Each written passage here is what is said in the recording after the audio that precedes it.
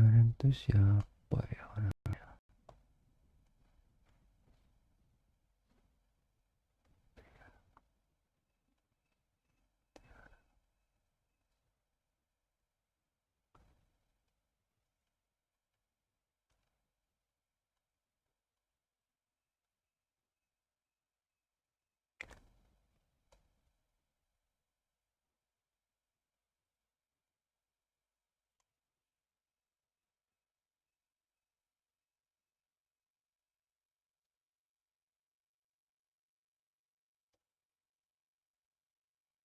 Oke, tes ini suara saya kedengeran jelas atau putus-putus nggak? Jelas, Pak. Jelas, jelas ya. Soalnya tadi malam pas kuliah itu suaranya putus-putus, tapi saya nggak tahu kenapa. Dan karena tadi malam tuh sampai jam 9 dan saya masih harus upload, saya belum sempet nyari tahu penyebabnya. Cuman itu apa mengganggu banget gitu karena saya pikir dari koneksi atau apa, tapi itu saya belum tahu apa, ternyata pas rekaman saya yang di lokal itu sama gitu juga. Jadi apa mungkin dari si Jitsi-nya ini, cuman saya belum lihat lagi karena terakhir saya pindah ke Jitsi ini gara-gara waktu itu ada masalah dengan Google Meet. Jadi kalau ntar pindah lagi saya bingung nih kemana, apa ke Zoom atau ke apa. Tapi anyway, mudah-mudahan hari ini nggak ada apa-apa karena kalau sesuai dengan di jadwal ya di diskusi, saya mau memperlihatkan transformasi data sama eh, penggunaan Power BI, sama bikin dashboard lah ya. Oke, pas 8:05 kita mulai aja. Assalamualaikum warahmatullahi wabarakatuh. Selamat pagi, salam sejahtera untuk kita semua. Kita akan mulai kuliah untuk Big Data Science hari ini, um, tentang pencarian pattern dan insight data. Oke,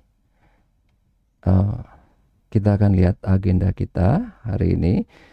Seperti biasa, kita akan membahas review kuliah sebelumnya, kemudian masuk ke materi kuliah hari ini, dan review mingguan terakhir untuk biasanya adalah kuliah berikutnya plus quiz. Oke, nah sekarang kita lihat di review kuliah sebelumnya. Sebelumnya kita udah belajar nih proses koleksi data internal dan internet data crawling. Uh, Siapa ya? Agnes ada, Agnes. Agnes. Agnes. Agnes mana Agnes? Atau jangan-jangan Agnes belum ada? Arneta ada? Arneta Azales?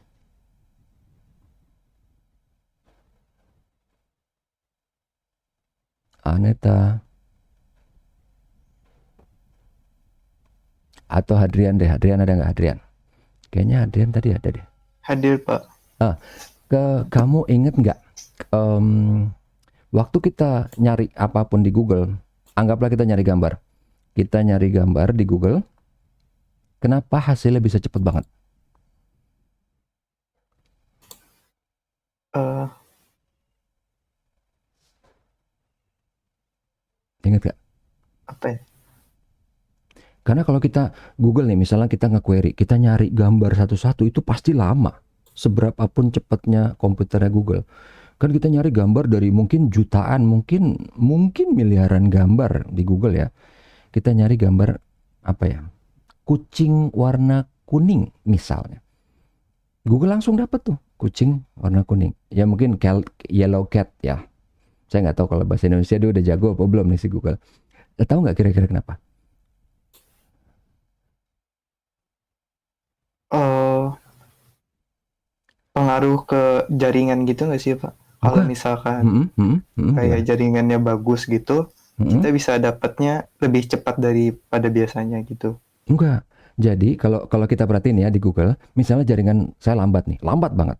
Waktu kita nyari, kucing kuning ya, nyari, itu dia langsung muncul walaupun desainnya lambat, tapi di bawahnya ada tulisan, dia cuman perlu 0,00 berapa detik gitu.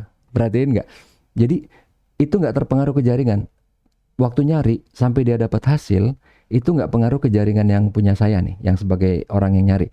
Waktu pas ditampilkan, baru itu pengaruh. Mungkin di orang lain yang cepat, keluarinnya langsung cepat keluar nih gambarnya semua. Kalau di saya mungkin gambarnya keluar satu, satu, satu gitu.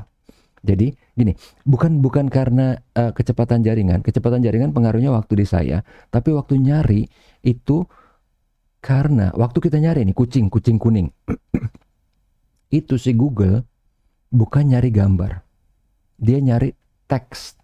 Kalau zaman dulu dia nyari gambar yang udah di tag. Makanya kan kalau kita di Twitter atau apa ada hashtag kan, gambar itu sama dia udah di tag tag tag tag tag.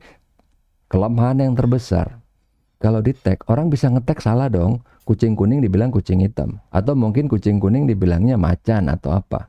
Tag itu kan repot gitu, setiap orang harus ngetagin gambar satu-satu. Yang sekarang itu Google udah punya yang namanya image recognition, bukan cuma facial ya, image recognition. Kita kasih gambar, dia udah bisa tahu ini mobil. Bahkan dulu waktu itu saya pernah bikin project jual aplikasi ke Temposcan Pacific. Itu pengenalannya udah detail. Kita kasih gambar mobil, dia udah langsung bilang tahu ini mobil apa, mereknya BMW, tahun berapa, tipenya apa, sedan, coupe atau apa. Udah sampai segitu ya. Nah, jadi makanya tadi balik lagi nih. Waktu kita nyari di Google, itu yang dia cari teks. Cuman teks. Makanya kenapa pemrosesan teks itu penting nih kita di big data, karena waktu kita nyari, ya kita nggak cuma nyari gambar kan, kita nyari yang gede apa sih? Aplikasi, kita nyari OS, kita nyari apa? Dia nggak mungkin narik satu-satu semua OS, satu operating system mungkin berapa giga, 5 giga, 10 giga.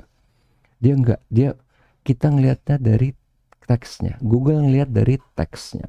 Maka itu proses koleksi data internal dan internet data crawling. Internet data crawling itu waktu kita nyari di internet, itu kita ngambil teksnya, karena Google cuma nyari teksnya. Waktu ditampilin, bener ditampilinnya gambar. Kayak tadi contohnya, saya nyari kucing kuning. Dia bukan nampilin huruf kucing kuning, enggak, dia tampilin gambarnya. Gambar kucing yang warna kuning lagi ngadep depan, atau yang difoto dari mana, punya siapa, di website apa. Oke, itu yang pertama. Yang kedua, data treatment terhadap data high dimensional network data sama sentiment analysis. Sentiment analysis ini berhubungan juga ke teks tadi. Jadi kalau misalnya sentiment analysis yang gampang gini. Saya punya perusahaan jualan sepatu deh, jualan sepatu. Saya pengen tahu tanggapan masyarakat terhadap produk saya, terhadap sepatu punya saya nih yang saya jual, misalnya udah dijual 5 tahun lah ya. Tanggapan masyarakat apa? Saya nggak penting ngeliatin teks satu-satu. Oh, tanggapannya ada yang bilang, oke banget, keren banget, bagus, apa-apa. Yang saya pentingin itu cuman 3. Suka, netral, atau nggak suka. Itu intinya sentiment analysis. Jadi dia memproses semua kata-kata, natural language processing. Dia proses semua. Jadi misalnya, oke banget, itu berarti positif. Bagus banget, berarti positif. Gimana ya, itu netral. Atau misalnya, jelek banget, negatif. Nggak suka, negatif. Nggak akan beli lagi, negatif. Jadi saya nih sebagai yang punya perusahaan sepatu, saya nggak mau dipusingin kata-kata orang apa gitu curhatnya. Yang saya perlu tahu seberapa yang suka, seberapa yang netral, seberapa yang nggak suka. Supaya nanti saya langsung bisa mengambil action. Yang suka mungkin dikasih produk lain, misalnya nih ya. Yang netral mungkin dikasih diskon, misalnya. Diskon. Untuk yang nggak suka mungkin ditawarin produk apa, dikasih mungkin diskon yang lebih besar, atau mungkin bisa dalam bentuk promo yang lain, atau mungkin eh, dikasih lihat sisi yang lain dari pabrik saya, misalnya di situ banyak yang kerja itu apa, anak-anak muda atau siapa atau apalah gitu. Jadi eh, sentimen analisis itu karena si perusahaan tuh nggak mau direpotin, kata-kata orang bisa macam-macam kan, tapi intinya dia cuma mau nyaring tiga ini, suka, netral, sama nggak suka. Nah, sekarang kita balik dulu, tadi kan kita langkah ini, data treatment terhadap high dimensional data. Ada yang ingat nggak high dimensional data itu apa? Siapa ya? Tadi saya ada kepikiran siapa namanya, tapi lupa. Faradila, ada Faradila? Faradila Pasha. Ada, Pak. Kamu ingat nggak high dimensional data itu kayak gimana? High dimensional data itu data yang memiliki jumlah fitur lebih banyak dari jumlah observasinya. Betul. Oke. Jadi si high dimensional data itu kenapa dia penting? Karena kan kalian ini udah ngambil statistik kan sebagai apa, prasyarat mata kuliah ini kan. Waktu di statistik, ini kita refresh dulu. Waktu di statistik, kalau misalnya data itu fiturnya ke samping, kalau kita bayangin Excel nih ya, Excel kolom ke samping itu fitur, observasi itu ke bawah baris. Jadi kalau fiturnya ke kanan itu jauh lebih besar daripada observasi yang ke bawah, itu statistik nggak akan bisa mengambil kesimpulan yang yang absolut, yang baku. Karena apa? Dia mau pakai apa? ANOVA, analysis of variance. Itu nggak bisa, pakai chi-square nggak bisa, karena ke sampingnya dia lebih besar, fiturnya lebih banyak daripada ke bawah. Contoh yang gampang, ini yang waktu itu di kuliah sebelumnya. Saya udah kasih contohnya. Waktu kita ngelatih handphone kita, ini baru beli handphone nih, ada fingerprint readernya. Waktu kita ngelatih, kita cuma disuruh masukin fingerprint kita, misalnya ini jari-jari tangan kanan gitu ya, cuma disuruh paling nggak cuma 5 kali, atau mungkin 7 kali atau 10, ya kan? Sekali, 2 kali disuruh sampai 10 kali kan? Padahal nantinya waktu kita pakai, itu kemungkinan kita pakai fingerprint itu kan nggak terbatas sudutnya nih ya. Sudutnya bisa begini, bisa segini, bisa segini, segini, segini, segini. Banyak banget kan. Kemungkinannya jauh lebih daripada cuma 10. Kok dia bisa kenalin? Padahal dia cuma dilatih 10. Kita kan cuma megang misalnya nih, sekali kita megang begini. Kedua misalnya begini. Ketiga sama begini, beda dikit. Keempat begini. Sampai berapa kali? Rata-rata gini, nggak mungkin kita tangan muter sampai ke sini kan. Nah, dengan yang 10 kali itu, kok dia bisa gitu? Karena kan, coba deh ntar kalian kalau iseng, cobain pakai sudut yang aneh.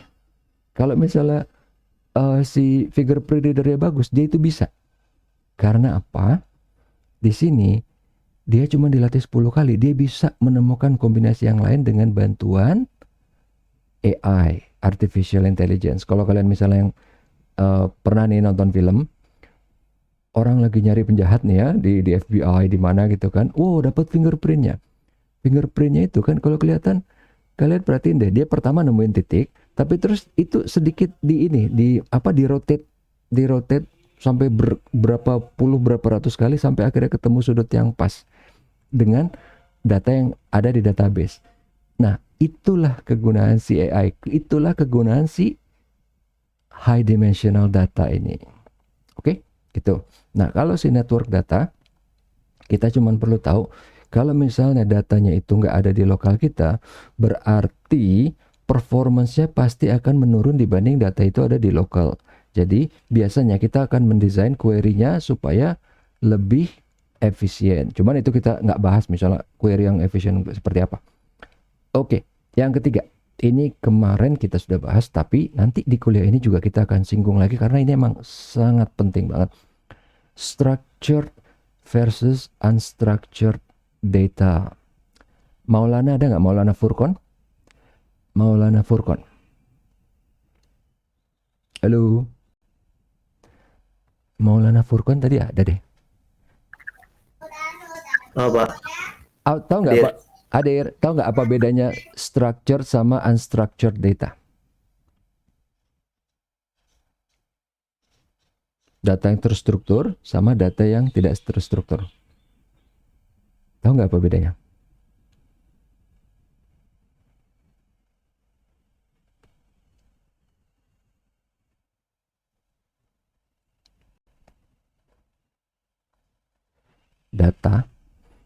Data yang terstruktur sama Kalau kalau data terstruktur itu dijalankan untuk mengakses database. Kalau tidak terstruktur itu data yang tidak mudah diklasifikasi dan dimasukkan ke dalam sebuah kotak dengan rapi. Iya, betul. Oke, sip. Jadi gini, yang gampang aja ingatnya ya. Kalau data yang terstruktur, kalau kita memasukin data tambahan, rekor baru, baris baru, itu gampang. Itu data yang terstruktur. Kayak misalnya tabel di Excel. Ketahuan kan, nomor 1, 2, 3, 4, datanya ada 4. Masukin nomor 5, udah kita udah tahu di sini. Beda kalau kayak waktu itu saya kasih contoh apa? Ini Cascade Style Sheet, apa CSS atau HTML gitu ya, dokumen di internet, website di internet. Itu kelihatannya terstruktur, tapi untuk nambahin data baru itu nggak gampang. Kita harus ngikutin kaidahnya si HTML ini. Kalau kita cuma nambahin baris di situ, itu nggak akan dianggap sebagai data. Jadi itu yang dibilang semi struktur. Kalau yang nggak terstruktur, pokoknya intinya, kalau terstruktur nambahin data gampang. Selain yang terstruktur, nambahin data susah.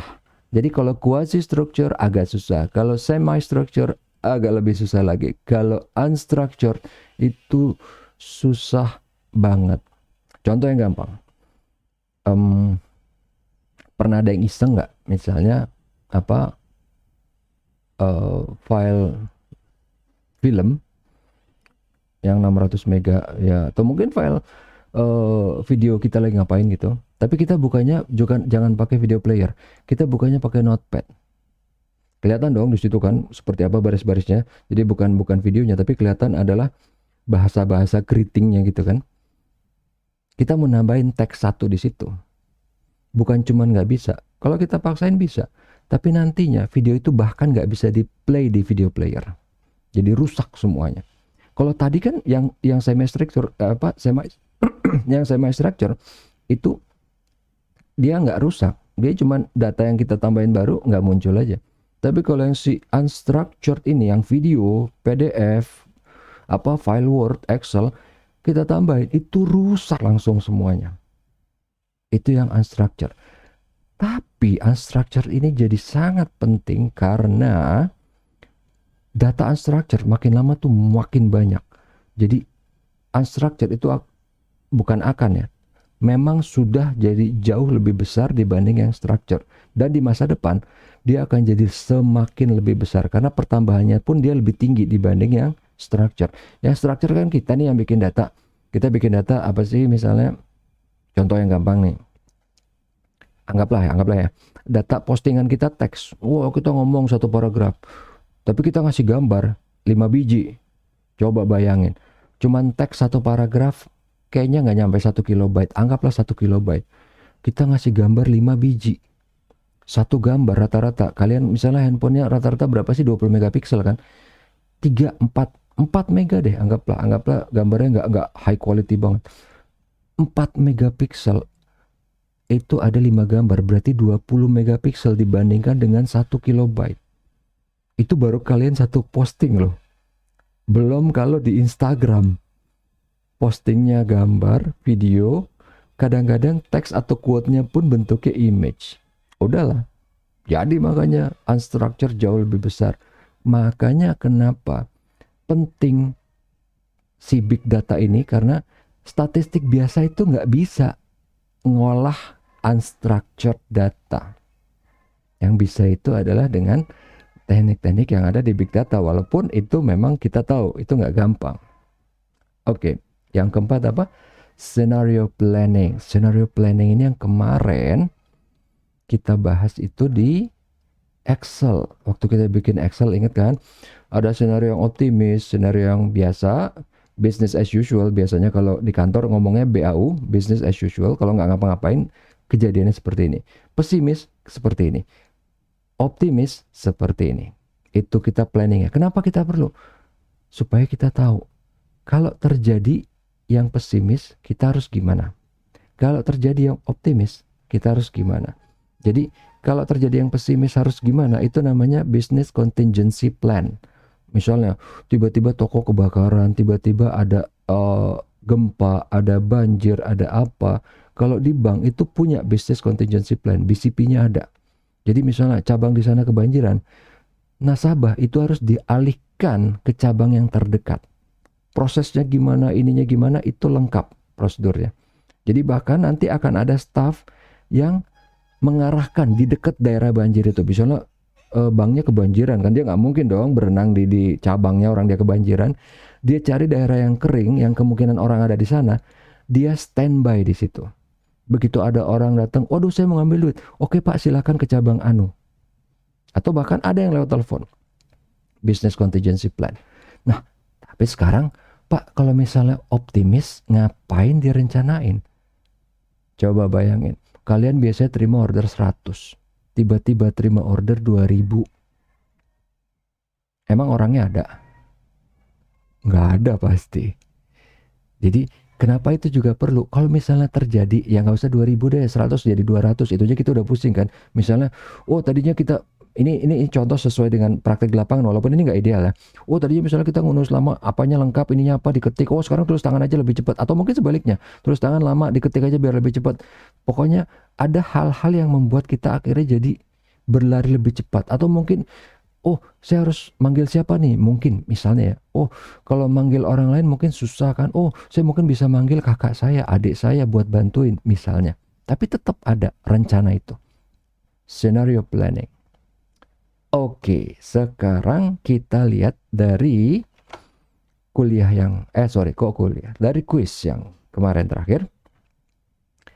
Proses mengolah data menjadi informasi sehingga kita bisa mengetahui apa yang terjadi dinamakan, ya oke. Ini banyak yang jawab udah benar ya, insight. Oke. Mengolah informasi menjadi pengetahuan sehingga kita mengetahui bagaimana sesuatu bisa terjadi. How? Dinamakan insight. Ya, ini juga udah banyak ya yang jawab yang benar. Yang berikutnya, proses penyerapan pengetahuan menjadi pengalaman sehingga kita bisa mengetahui why, kenapa. Ini juga sama, banyak yang benar ya, foresight. Hindsight, insight, foresight. Itulah tujuan dari si data analisis kita, data science. Oke. Nah, ini ciri dari high dimensional data itu apa? Yang punya fitur lebih banyak dari observasi. Jadi, contohnya gini, dia fiturnya ada 4000. Wow, banyak kan? Tapi kalau observasi baris ke bawahnya ada 100.000, ya itu bukan high dimensional. Misalnya nih, fiturnya ke samping, tanda kutip, cuman 4. Tapi observasinya 2. Itu high dimensional. Jadi, high dimensional itu adalah perbandingan, bukan cuman jumlah ke kanannya ya, bukan jumlah featuresnya aja. Perbandingan dari features dengan observasi. Antara kolom dengan baris. Tapi sini banyak jawab yang benar ya, 92%. Oke. Soal yang berikutnya. Karakteristik data terbagi dua yaitu, nah ini tadi kan, terstruktur dan tidak terstruktur. Oh, kenapa data tidak terstruktur menjadi penting? Karena di masa depan sebagian besar data tidak struktur. Itu jawaban yang benar. Tapi di sini kenapa banyak orang yang menjawab, oh, kenapa? Karena di masa depan data tidak struktur bisa dijadikan terstruktur. Bisa iya, bisa enggak. Tapi jawaban pendeknya enggak. Memang ada yang bisa. Tapi kalian bayangin gini. Bisa enggak sih film itu dibikin jadi tabel? Bisa. Pertama susah. Kedua nggak bisa di play lagi itu filmnya. Gitu loh. Jadi ya kalau ngomongin teknis bisa sih, bisa aja. Cuman akhirnya berubah tuh. Yang tadinya filenya adalah film Avengers Endgame, akhirnya jadi tabel Avengers Endgame. Tapi intinya udah berubah, udah transformasi datanya. Oke? Iya. Nah, sekarang gini. ini mungkin misalnya kalau nggak salah saya waktu itu udah kasih ya linknya, tapi ini opsional. Saya cuman mikir kenapa? Karena nanti misalnya nih apakah kalian nanti mau skripsi atau nanti saya nggak tahu di IBS sudah ada belum sih non skrip, karena dulu kayaknya sempat ada wacana ke arah sana ya. Tapi ini si aplikasi ini keren banget. Karena apa? Yang saya bilang tadi, kalau selama ini kita misalnya ngambil data nih, nyari-nyari data di internet, wah harus copas, copy paste segala macam kan. Kalau ini enggak, kita akan narik langsung datanya dari internet. Oke, jadi data transformasi itu apa? Proses mengubah format struktur atau nilai dari data. Biasanya buat apa nih? Buat kepentingan analisis. Oke, jadi nantinya sesudah data transformasi kita akan menghasilkan apa nih? Kita akan menghasilkan dashboard. Dashboard itu, ya ini contohnya ya, dashboardnya ini bisa interaktif, nanti di Power BI itu juga bisa interaktif seperti ini, atau flat seperti ini kayak di Excel biasa. Gini. Oke, nah sekarang kita akan lihat si Power BI itu. Oke, nah ini adalah tampilannya si Power BI. Jadi, nah di sini kan udah ada contoh ya. Tapi enggak, kita anggaplah kita kayak ngambil dari awal nih. Kita ngambil data dulu. Kita ngambil data 2 nih. Pertama dari punya Excel kita, ini contohnya ya. Excel. Yang kedua, nanti kita akan ngambil data dari internet. Ini apa? Power BI ini agak lambat. Karena apa? Karena dia connect ke internet terus.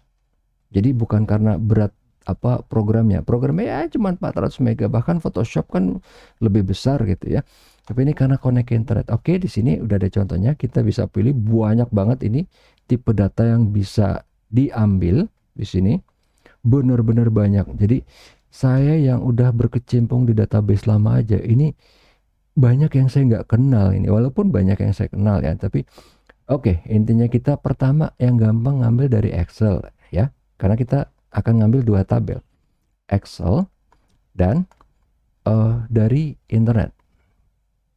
Oke, kita ambil ini dari Excel 1.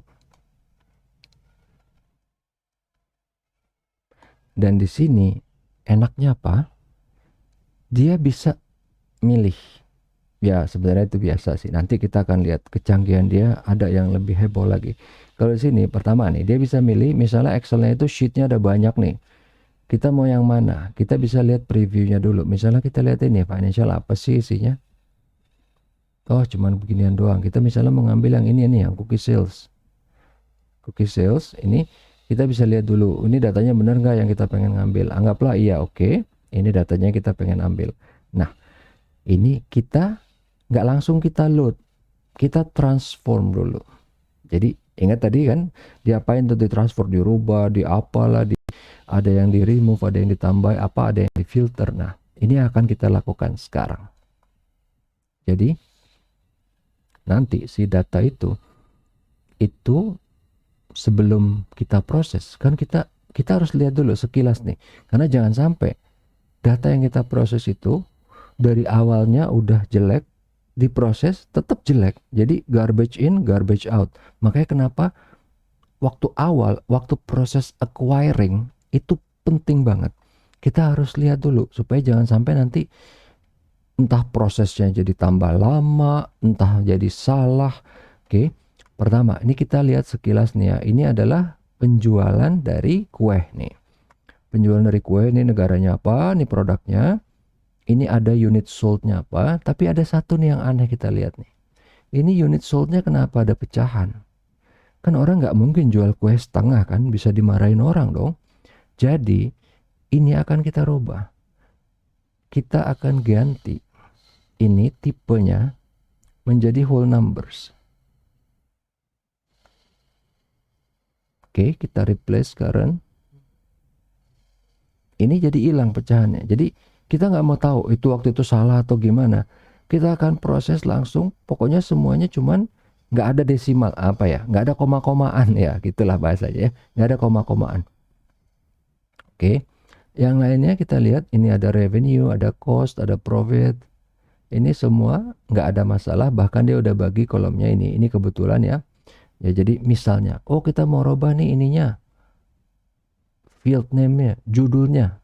Kita mau robah misalnya judulnya di sini ya. Sebentar, ini kita rename. Misalnya ininya dihilangin. Jadi cuma month aja. Nah, udah nih. Ini nanti sebelum kita load, kita bisa lihat di sini step-stepnya apa aja yang kita udah lakuin tadi. Tadi kita rubah tipe, kita rename kolom. Jadi misalnya kita pengen lihat, ini kita udah rename, udah rubah. Kalau kita mau batalkan, itu bisa. Misalnya tadi, oh nggak jadi deh, ngerubah judul gitu kan, bisa. Oke, tapi sekarang kita akan ambil data yang berikutnya. Nah, ini yang tadi saya bilang nih. Kita akan ambil data dari internet. Jadi, nanti kita akan ambil dari ini. Ini ya. List of country deputation by population. Ini website. Ini apa namanya? Ini alamatnya. Kita copy si alamatnya ini ke sini. Nah, kita akan ambil data, kita pilih, banyak kan sini, kita pilih yang ini, yang web. Oke.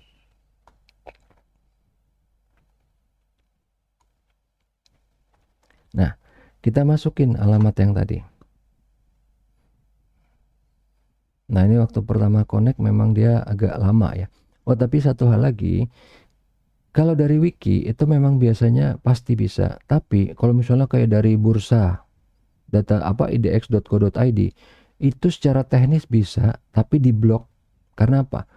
Dia bisa ngasih data, tapi kita harus bayar. Jadi nanti hati-hati kalau misalnya, wah pengen ngambil data dari segala macam. Kalau dari Wikipedia pasti bisa, dari lembaga non profit pasti bisa. Tapi kalau kayak dari bursa, itu saya udah pernah nyoba. Dia akses forbidden, walaupun dia bilang nih kalau mau jadi member atau apa itu ada, karena memang bursa ya kerjaannya dia jualan data gitu kan.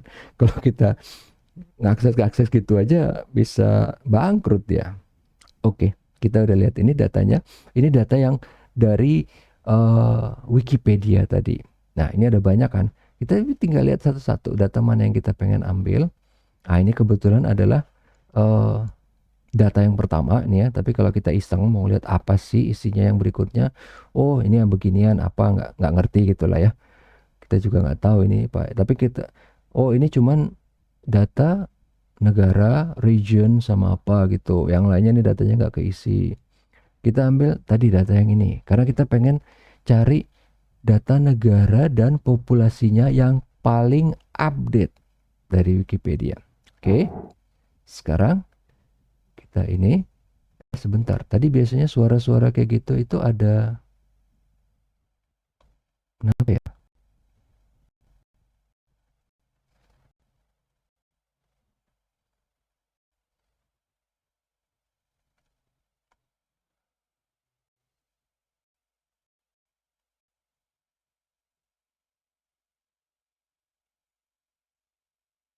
Sebentar ya. Ada yang ini tadi ngechat. Oh ya. Ini agak ngebur Pak. Iya betul, itu biasanya karena bandwidth.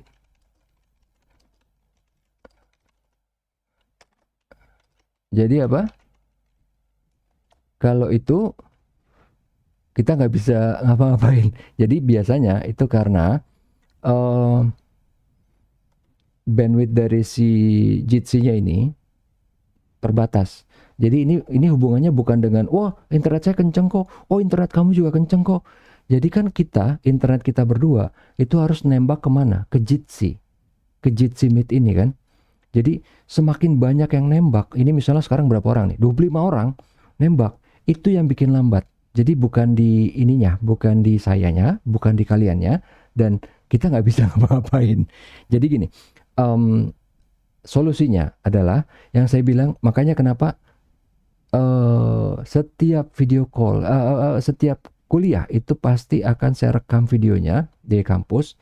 Plus biasanya ada video ada kalau untuk sesi tertentu kayak kemarin gitu ya, yang untuk apa saya bikin ada video dari Camtasia-nya. Nanti ini saya juga akan bikin video bahasa di YouTube-nya, tutorialnya lah ya, yang lebih kecil. Kalau ini kan karena pakai suara saya ngomong, jadi kan videonya jadi besar nih kalau mau akses video ini. Ke tutorial saya itu biasanya saya nggak pakai suara supaya kecil. Jadinya nanti ukuran videonya cuman, kalau nggak salah bisa cuman 5 mega gitu kan, atau mungkin 10 mega paling gede. Nanti saya akan bikin. Kalau ini soalnya memang nggak bisa there's nothing you can do about it. Saya nggak bisa berbuat apa-apa, kamu juga nggak bisa berbuat apa-apa, karena memang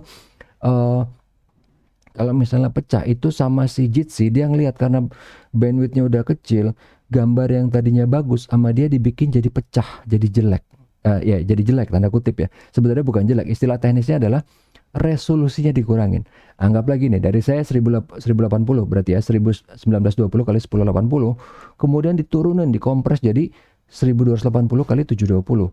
Si Jitsi ngelihat itu, wah ini lagi padat nih, sama dia dikompres lagi jadi 480p.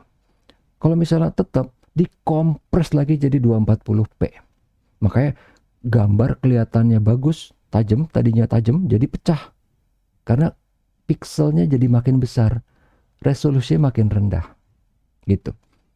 Oke, anyway, mudah-mudahan sebentar, ini belum jadi bagus ya, masih segini ya. Anyway, oke, sebentar saya balikin ke ini dulu ya, mungkin gambarnya, soalnya memang di sini namanya tabel ya, gambarnya itu emang kecil-kecil sih ya, jadi emang bagusnya jangan dilihat di ini dilihatnya emang nggak di video call, tapi ya anyway nggak apa-apa, kita akan usahakan dengan yang ada. Sebentar, balik dulu ke sini ya. Ini kita udah lihat ya tadi tabel Wikipedia tadi. Ini mungkin kurang jelas, coba bisa nggak saya gedein sedikit ya, tabelnya tetap kecil sih. Oke. Nah, sekarang gini, ini adalah proses transformasi data. Yang pertama, yang gampang nih, kita kan nggak ngambil semua nih. Kita ngambil misalnya, ini kita nggak perlu nih, udah remove aja. Proses ngapus itu termasuk proses transformasi data. Ini misalnya kita perlu cuma negara doang, region kita nggak perlu, hapus. Ini apa sih? Ini source official dari UN projection bla bla bla, hapus. Ini ada catatan, hapus. Ini apa, date, kita nggak perlu. Ini presentasi, kita nggak perlu. Kita cuma perlu negara dan jumlah populasi penduduk. Tapi kita nggak usah ngambil semua. Kenapa? Di data kita negara itu nggak banyak. Kayak Cina nggak ada, Rusia nggak ada. Kita akan filter. Kita ambil. Ini karena emang saya hafal ya, anggap aja kita tahu, kita tahu ya negara yang kita mau ambil apa aja. Pertama, Kanada. Kedua, France. Oke. Terus, Mexico. Terus, Germany. Terakhir, ini si United States. Ya. Nah, ini kita filter 5 negara. Bentar, tunggu. Coba nih, kalau ada filter aja udah berat kan. Nah, kita udah filter 5 negara. Nih. Terus kita mau hubungkan. Ini kan tadi ada ada dua tabel. Pertama tadi tabel Wikipedia, kedua tabel penjualan cookies, penjualan kue kita nih. Kita akan hubungkan dua tabel ini dengan koneksinya apa? Negara. Karena di tabel penjualan kue ada negara, di tabel Wikipedia ada negara. Kita balik ke tabel penjualan kue, kita pakai ini, merge queries. Nanti di merge queries kita akan hubungkan kedua field negara ini. kolom negara ini. Nih dari tabel penjualan kue, kita klik negaranya. Nah, yang berikutnya di tabel Wikipedia, kita juga klik negaranya. Nah, di sini ini ada privacy level bla bla bla. Karena apa? Karena Power BI tahu kita bisa ngambil data dari internet, misalnya nih dari Facebook, dari Twitter, dari apa segala macam. Dia bilang nih, ini ada privacy level ya bla bla bla atau apa gitu supaya kita mematuhi hal itu. Tapi ini karena memang pertama ini Wikipedia, kedua ini data fiktif, ketiga saya cuma ngambil populasi, keempat ini cuma untuk tujuan pendidikan. Jadi ini saya ignore privacy levelnya. Kita save. Nanti di sini satu lagi yang bagusnya itu karena kita tadi ngomongin dua tabel, ya kan? Pakai apa namanya? Negara. Dia akan ngecek nih. Penggabungan itu sudah berlangsung dengan baik atau enggak. Nah, di sini ini ada nih tulisannya. Jadi di tabel penjualan kue itu ada 700 baris.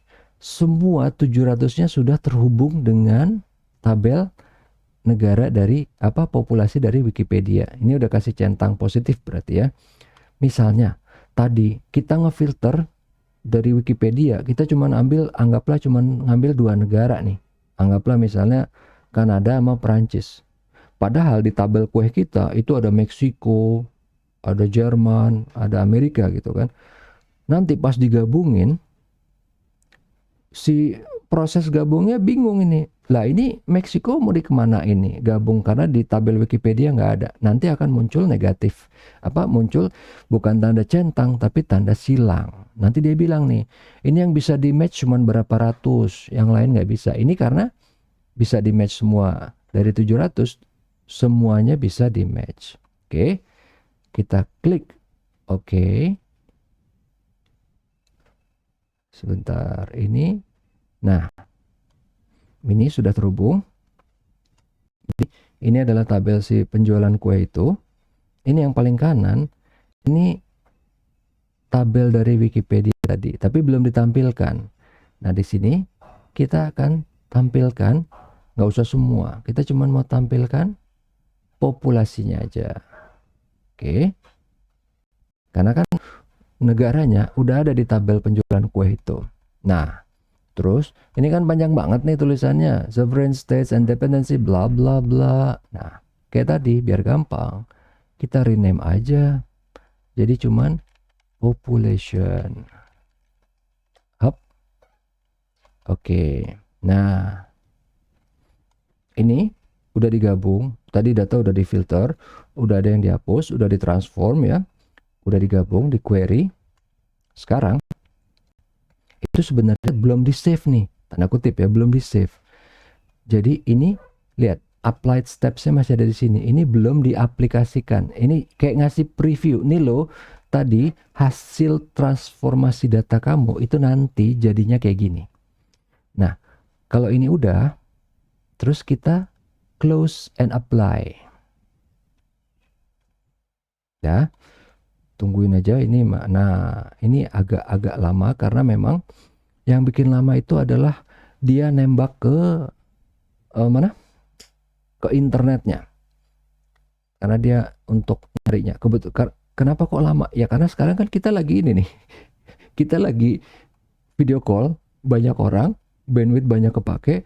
Ini koneksi ke internetnya buat dia jadinya lambat.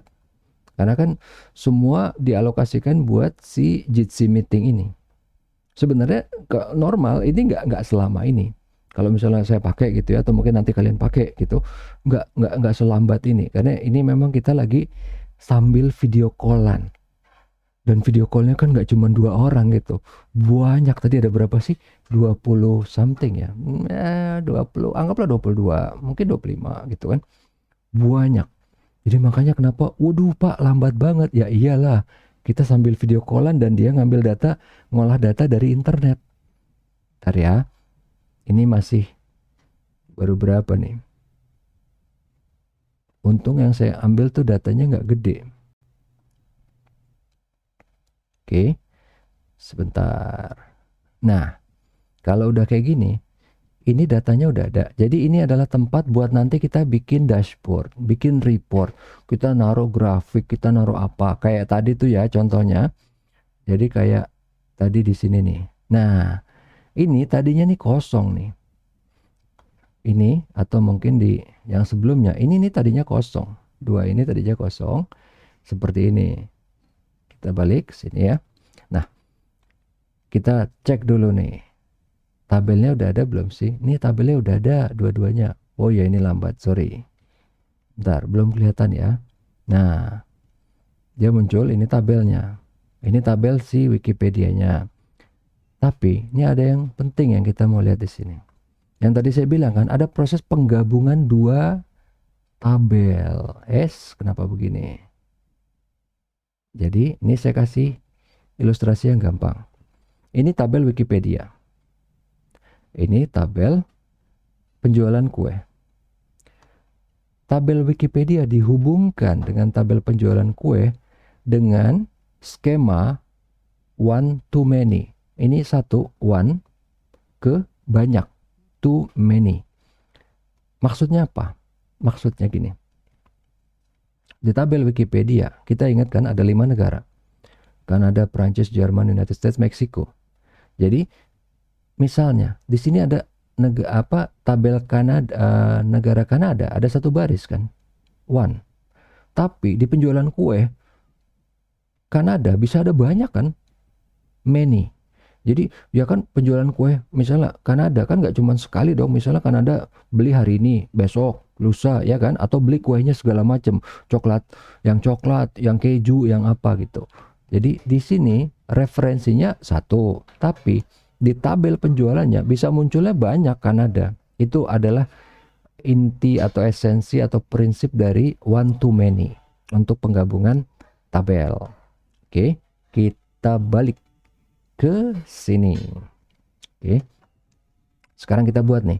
Dan ini kalau misalnya kita yang udah biasa nih pakai pakai Office, Excel, Word, PowerPoint, ini sebenarnya ininya mirip-mirip nih. Ada ribbonnya, apanya semuanya nggak terlalu aneh. Oh kita mau nambahin teks. Oh ini ada text box nih kayak di PowerPoint nih. Bentar ya. Kita bisa tambahin teks di sini. Misalnya, oke kita mau tulis apa sih? Ini kalau sesuai dengan dari si tutorial dari si ininya ya, dari si Microsoft itu, Kevin Cookie Company apa nih? Performance, salah tulisannya. Performance report. Oke. Tapi ini kan terlalu kecil kan tulisannya. Ya, kita bikin agak lebih bagus, lebih besar misalnya. Ini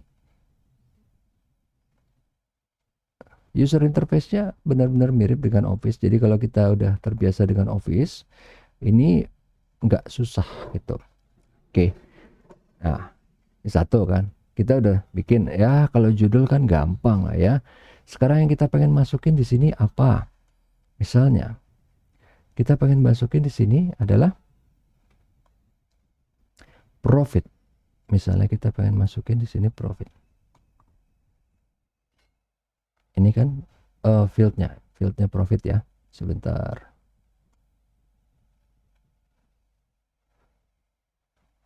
Lambat banget ya.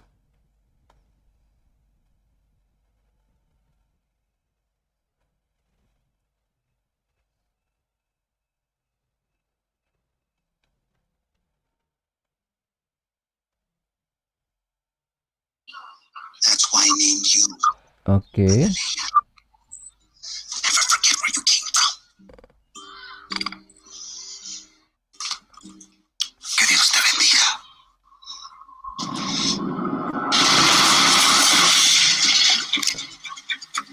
Bentar.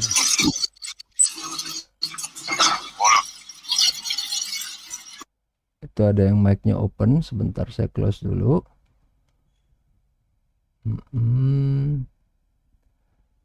Oke, kita balik lagi ke sini ya.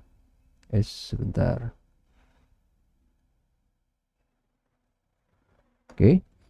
Tadi ini kita udah buat. Tapi kita cuman munculin profit. Kita pengen by date. Kita pengen ngelihat nih. Nah, dia kasih lihat cuman tahunnya 2018 sama 19, tapi di sini kalau kita pengen drill down lebih dalam, kita pengen apa namanya? Dilihat per bulan. Nah, per bulan seperti ini. Ya, misalnya ini terlalu gepeng ya. Oke. Oh, tapi kita nggak suka tabel bar. Ya, ini standar di Excel pun sama ya. Kita bisa ganti gampang kayak gini. Tapi intinya bukan di sini. Nah, sekarang ini dia yang saya bilang.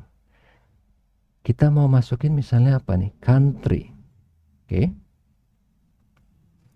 Dia itu cukup pandai begitu ngelihat ada nama-nama negara, dia langsung masukin nih dalam peta, bentuknya peta. Tapi di sini kan kita cuma masukin apa? Oh, cabang kita ada di mana aja sih tadi? Kanada, Prancis, Meksiko gitu kan. Tapi kita pengen masukin data profit ke dalam peta ini. Nah, nanti dia langsung nih di sini langsung. Oh, di negara mana? Kanada ini besar nih profitnya. Di Eropa juga lumayan, tadi Jerman kan. Terus ada di Meksiko, ini Meksiko kecil, di Amerika gitu kan juga ada. Nah, terus di sini misalnya kita mau ngerubah nih. Oh, kita nggak suka yang bentuknya peta. Kita mau ganti dengan yang bentuknya ini namanya tree map. Gunanya apa? Kalau tree map ini dengan sekilas kita udah bisa langsung lihat nih paling besar siapa. Dari ukuran persegi panjangnya. Oh, ini paling besar. Ini kedua. Terus ini ketiga. Dan seterusnya sampai ke sini. Tapi ini semua kita bisa lihat isinya berapa. Kanada misalnya ini, oh 606, ini berapa, itu udah langsung kelihatan secara on the fly. Tapi oke, kita balikin deh, kita lebih suka pakai peta geografis. Oke. Nah, yang berikutnya. Misalnya kita mau ngelihat produk. Tapi kita pakai misalnya di sini. Kalau kita nambahin tabel baru, masih kosong nih tabelnya. Kita mau isi, gampang. Kita tinggal masukin ke sini. Produknya apa nih misalnya? Ini kan produknya ada daftarnya. Dan kita pengen lihat jumlah produk yang terjual, unit sold, kita masukin ke sini. Jumlahnya ada berapa sih? Oh, tapi kita nggak mau pakai tabel. Kita pengennya pakai misalnya grafik. Langsung diganti aja. Langsung kelihatan. Ini berapa, ini berapa, ini berapa. Terus, tadi kan sebentar ya, kita kecilin segini. Kurang lebih. Biar sama, biar nanti dashboardnya bagus. Terus, sekarang kita pengen lihat berdasarkan populasi juga. Karena apa? Karena kan tadi kita udah ngambil tabel dari Wikipedia, dari internet kan, tabelnya kita sudah ambil. Kita mau lihat di sini. Pertama kita akan masukin negaranya. Kedua, kita akan masukin populasinya. Terus kita juga pengen masukin yang penjualannya. Jadi kalau populasinya banyak, penjualannya banyak, ya itu wajar. Kalau misalnya populasinya dikit, penjualannya banyak, wah itu bagus tuh, kita mau lihat ya kan. Atau misalnya sebaliknya, populasi banyak, penjualannya dikit, wah mungkin apa yang salah nih. Nah, di sini kita udah lihat, ini ada negara, populasi sama unit. Kalau kita mau ganti urutannya bisa, oh populasi yang paling kanan deh misalnya. Kita ganti di sini ke bawah kan. Populasi jadi sebelah sini. Ini unit sold-nya. Oke, tapi inti dari si Power BI itu yang pertama tadi yang saya bilang bisa ngambil data langsung dari internet. Yang kedua itu adalah ini slicernya. Slicer itu apa? Oke, sebentar.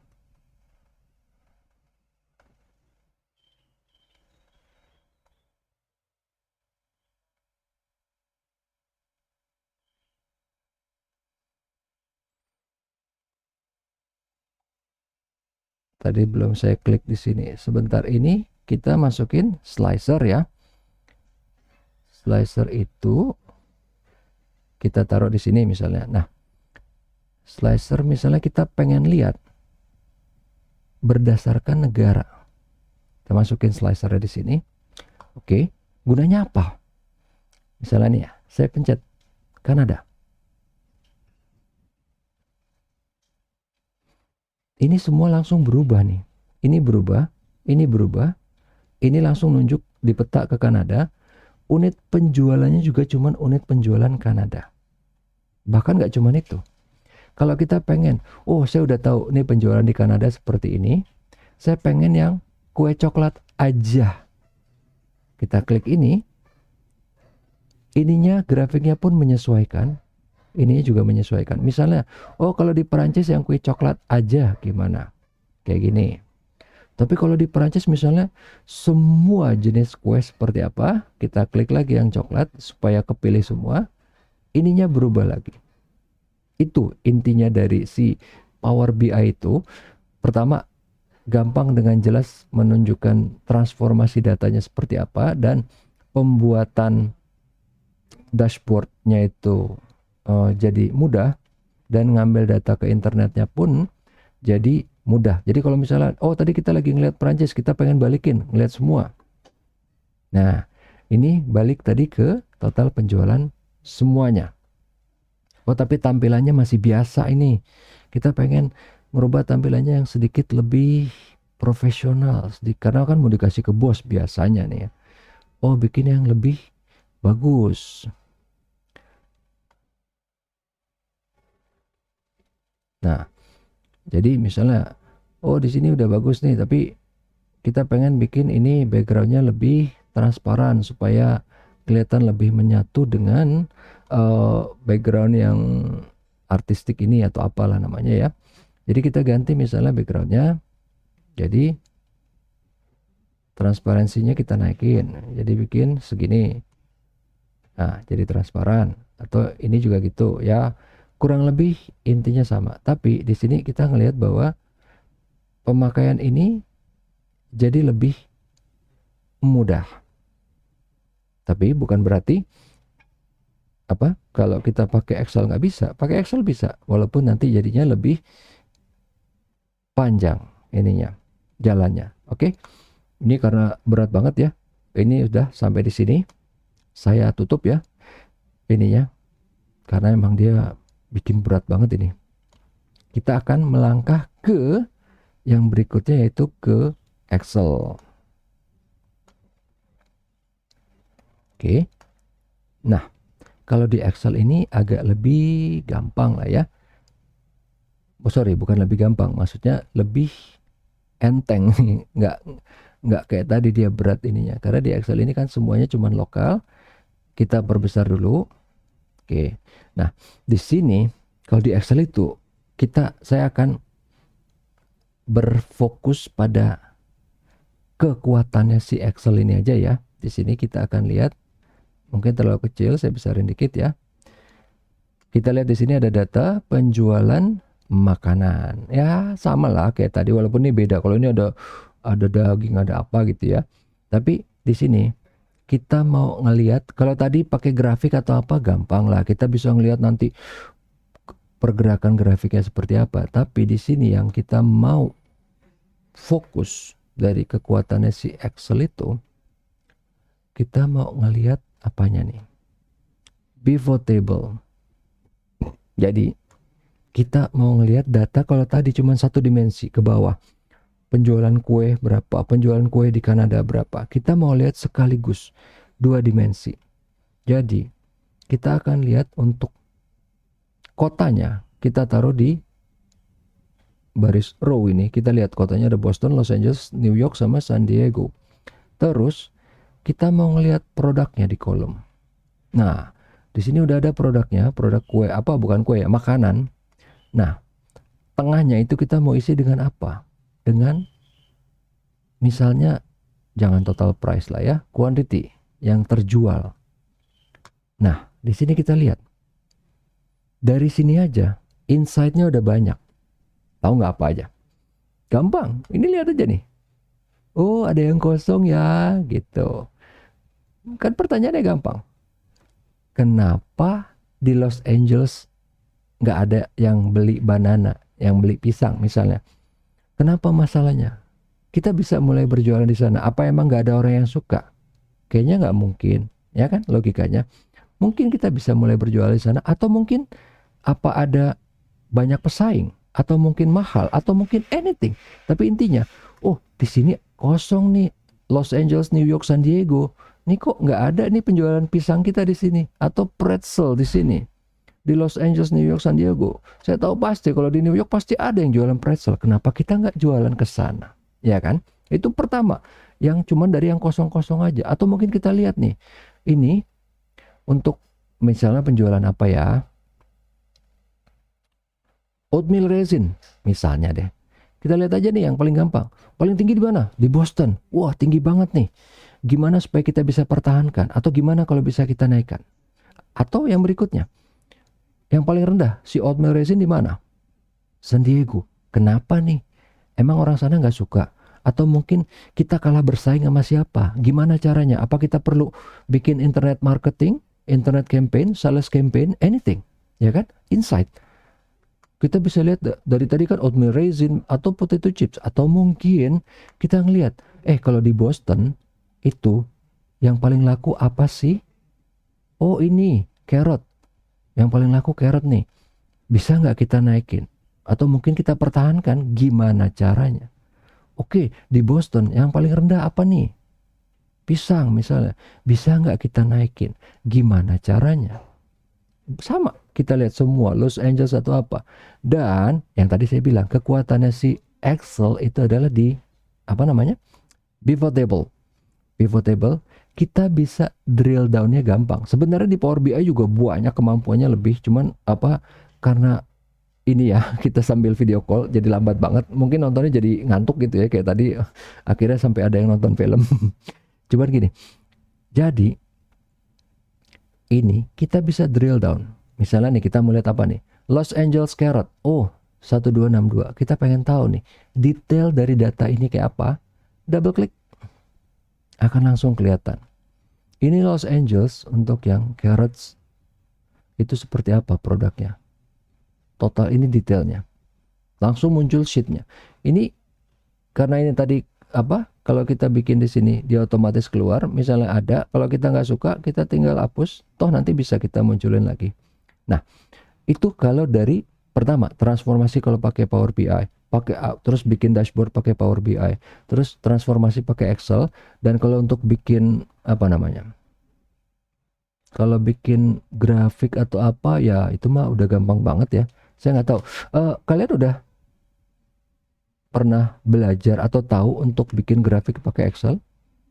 Anyway, tapi kalaupun misalnya, oh belum Pak, tenang aja, Excel tuh gampang banget bikin grafik ya. Ini tadi kita udah pilih nih datanya nih ya, kita pilih, kita tinggal ke insert. Nanti dia bilang nih, dia udah langsung loh ngasih rekomendasi, ini loh chart yang bagus yang mana, udah langsung. Dan ini makanya saya bilang Excel yang sekarang, waduh itu udah gampang ya minta ampun. Beda sama Excel yang dulu zamannya saya pakai yang Excel 97 atau apalah itu ya.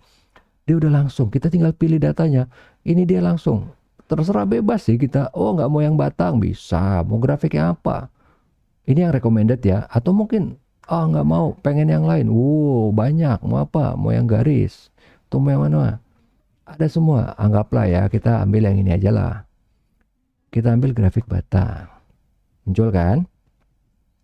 Di sini udah langsung kelihatan. Kalau kita mau ganti misalnya, tadi kan kita ini by kota ya, by city. Misalnya kita mau ganti, saya nggak mau by city. Ini bisa balikin ke sini, ganti by apa? By region. Udah langsung kelihatan. Oh, east sama west. Apa ya? Di Amerika mungkin ya ada east coast sama west coast ya. Anyway, langsung kelihatan east sama westnya. Oh, tapi saya nggak mau. Atau mungkin saya mau gabungin antara city sama region. Kelihatan east coast, west coastnya di mana? Ininya berapa? Anyway, tapi kalau di kita sih nggak penting region apaan ya. Oke, ini kelihatan city-nya. Tapi ini adalah prosesnya. Transformasi data di Power BI seperti apa? Di Excel seperti apa? Mudah-mudahan. Mohon maaf tadi kalau emang gambarnya agak pecah gitu ya. Karena emang tadi dikompres sama si Jitsi itu begitu udah berat.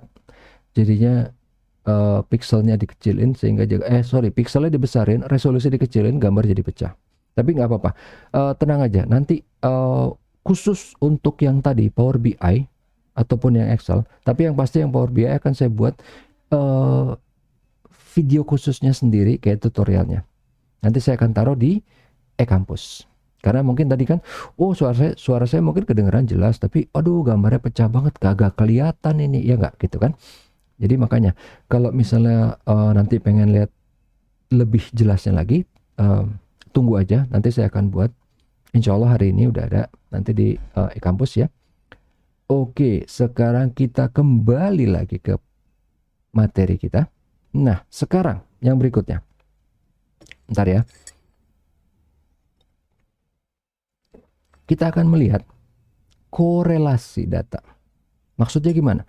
Gampang. Kita nggak akan sampai mikirin yang macam-macam, walaupun nanti akan ada kita ngebahas kayak ala-ala statistik lah ya.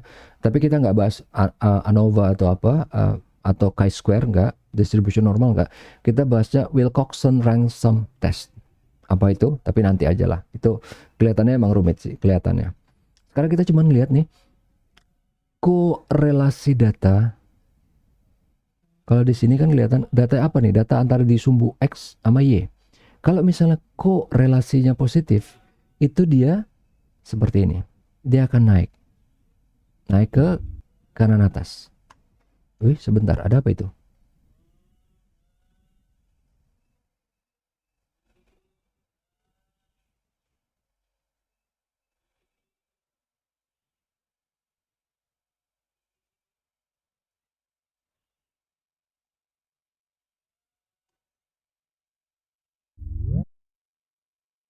Waduh, kok bisa ke disconnect gini? Ganas banget.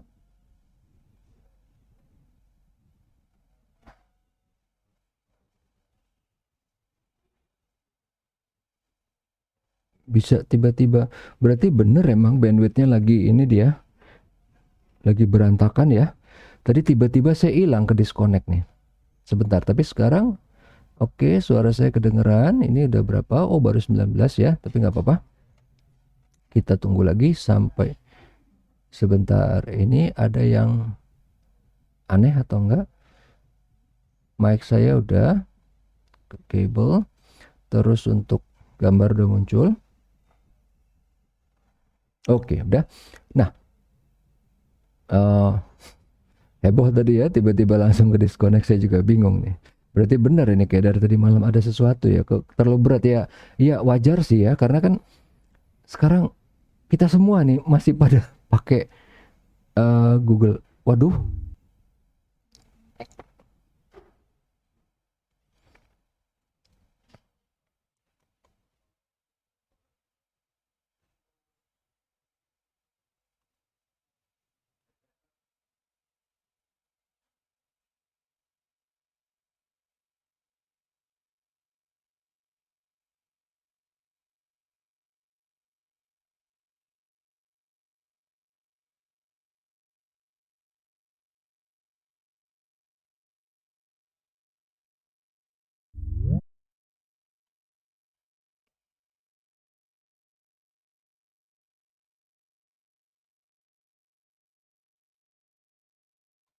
waduh, parah juga ya, sampai 2 kali. Mudah-mudahan udah enggak. Tapi oke, sebentar ya. Saya cek dulu ini apakah ada yang bisa saya lakukan di sini. Oke, sebentar. Tes. Oh iya, suara udah masuk. Ini udah. Aduh,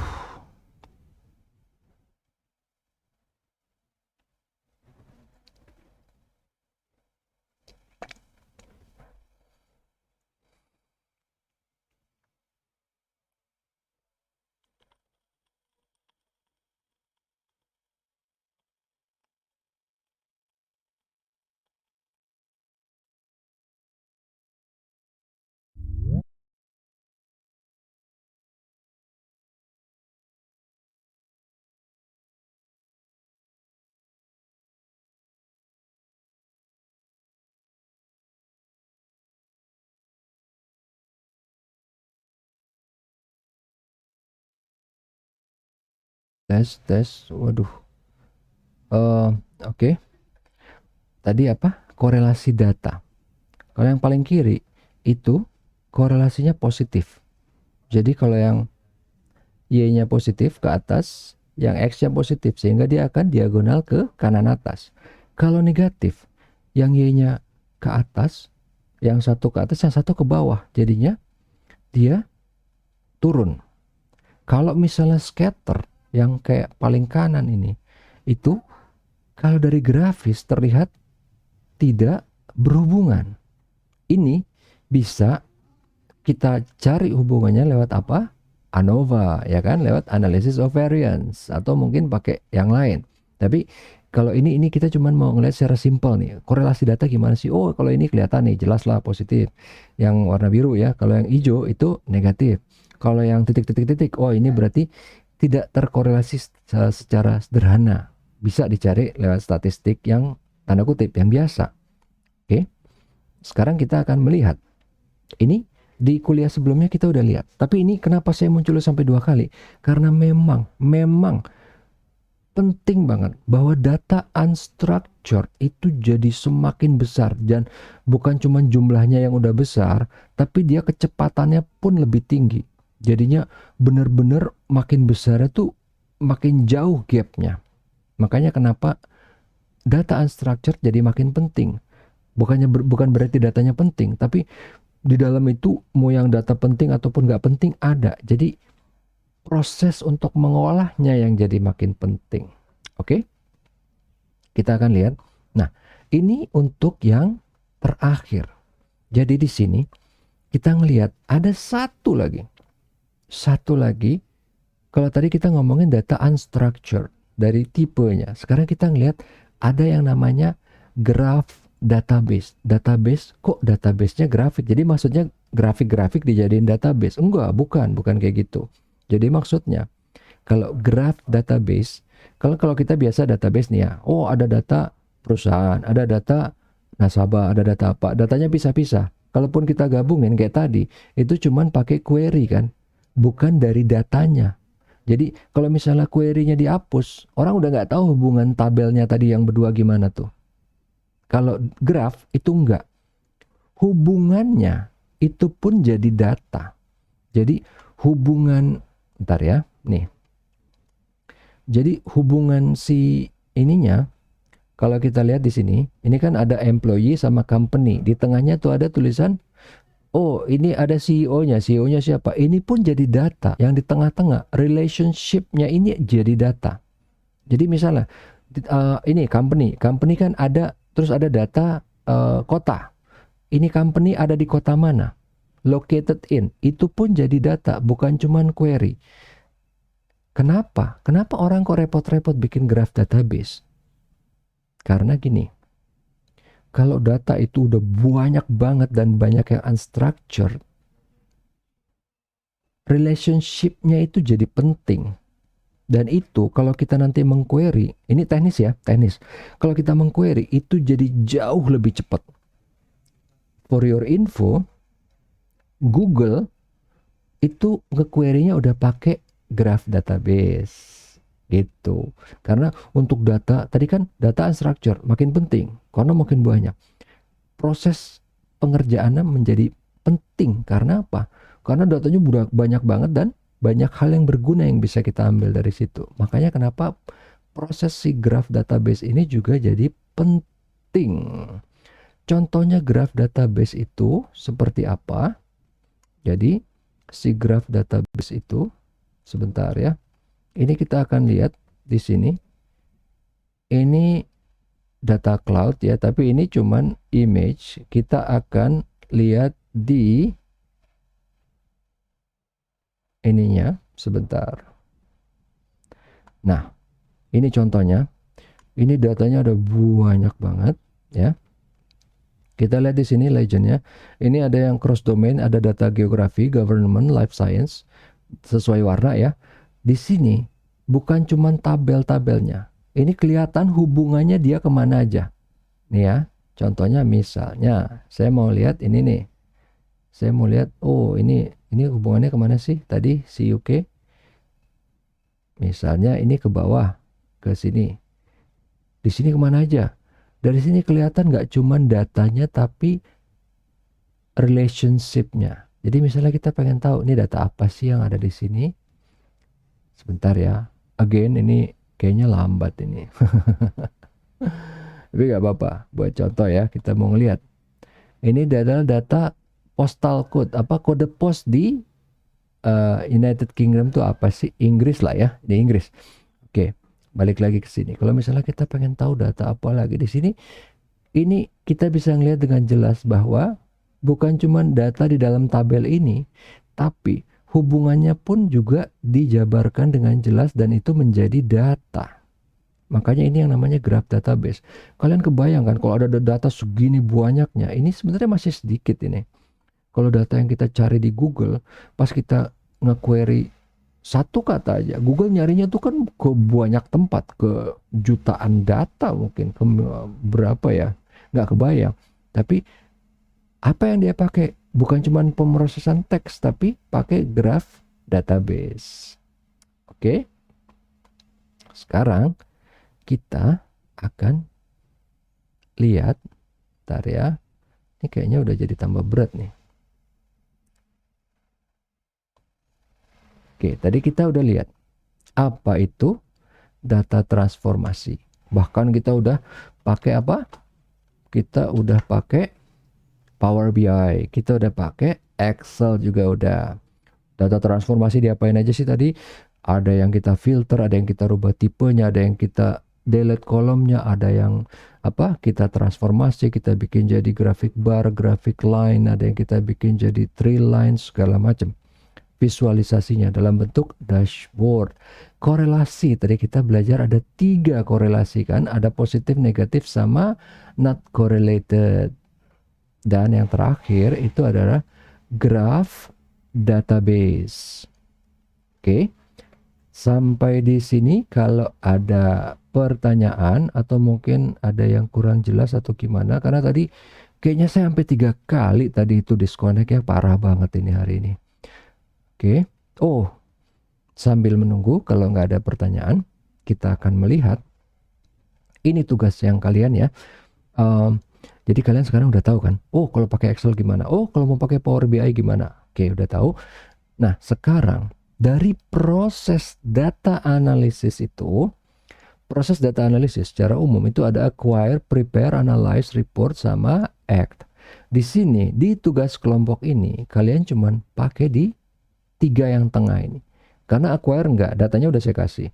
Kalian cuma prepare, kalian analyze, dan report. Karena kalau act juga enggak kan. Karena kalau act itu kan di bisnis berarti misalnya, oh penjualan kita turun, kita harus ngapain? Oh kita harus bikin sales campaign. Oke, saya harus ngubungin siapa nih? Harus misalnya beli barang merchandise buat apa? Buat yang beli 1 gratis 1, anything. Pokoknya itu act. Kita nggak ngelakuin juga. Yang kita lakuin cuma 3 yang di tengah. Prepare, analyze, and report. Oke, itu untuk apa? Review tugas kelompok kita. Kalau yang lainnya ini semua masih sama. Kita tahu kan hindsight, insight, foresight. Kita harus ngapain? Tadi saya udah kasih contohnya di Power BI maupun di Excel. Oke, di pertemuan berikutnya kita akan ngebahas yang mungkin tadi kalau yang tadi agak teknis, tapi kita harus siap-siap karena di pertemuan depan ini lebih teknis lagi nih. Karena apa? Algoritma itu pasti ngomonginnya matematis. Walaupun saya nggak akan ngebahas lebih dalam banget, tapi pasti nanti pas lagi ngejelasin kita pasti hubungannya untuk bisa ngerti kita harus tahu matematisnya itu seperti apa. Algoritma itu gimana? Karena algoritma bukan cuma persamaan misalnya M sama dengan X tambah 3 atau apa, enggak. Algoritma itu, jadi misalnya kita tahu nih, oh data ini misalnya harus dihubungkan dengan data ini. Kalau mau otomatis itu gimana caranya? Oh kita harus ngambil apa? Parsernya apa? Komennya apa? Ininya apa? Tapi saya nggak akan ngebahas itu ya. Tapi saya minimal saya akan ngasih tahu, oke, ini ada algoritma yang seperti ini. Gitu loh. Oke? Ada pertanyaan atau enggak? Seperti biasa, kalau misalnya nggak ada, misalnya baru kepikiran nanti atau apa, bisa hubungin saya secara langsung lewat email ataupun di e-kampus. Tapi Jangan lupa untuk sekalian absen. Ini apa? Kuisnya tolong dikerjakan supaya nanti itu mempermudah kita mengingat pelajaran hari ini. Oke. Ini kuisnya akan saya taruh di sini, tapi nanti kalau misalnya saya udah log out, saya juga taruh di e-kampus. Bentar ya. Hap. Iya, saya udah taruh di e-kampus. Ya. Silakan. Masih ada waktu ini kan ya. Untuk mengerjakan kuisnya dengan santai sekalian untuk absen. Jadi jangan lupa nanti tulis nama sama NIM karena itu nanti masuk ke absen. Oh iya, kalau tadi malam itu kelas ada yang kesulitan untuk absen foto. Jadi kalau misalnya nanti kalian, wah Pak saya nggak bisa absen foto, nggak apa-apa, tenang aja. Saya absen kalian itu punya 2 layer. Pertama, begitu kalian udah login ke e-kampus, kalian udah masuk ke video call, itu udah saya bisa akses datanya. Pertama. Yang kedua, if kalau misalnya pun ada satu dan lain hal, tapi kalian ikut kuis, nama NIM-nya jelas, tetap kalian bisa saya absen. Gitu. Jadi saya punya 2 layer. Walaupun, wah Pak, HP saya aneh ini, saya mungkin pakai Google ID-nya juga berantakan gitu ya.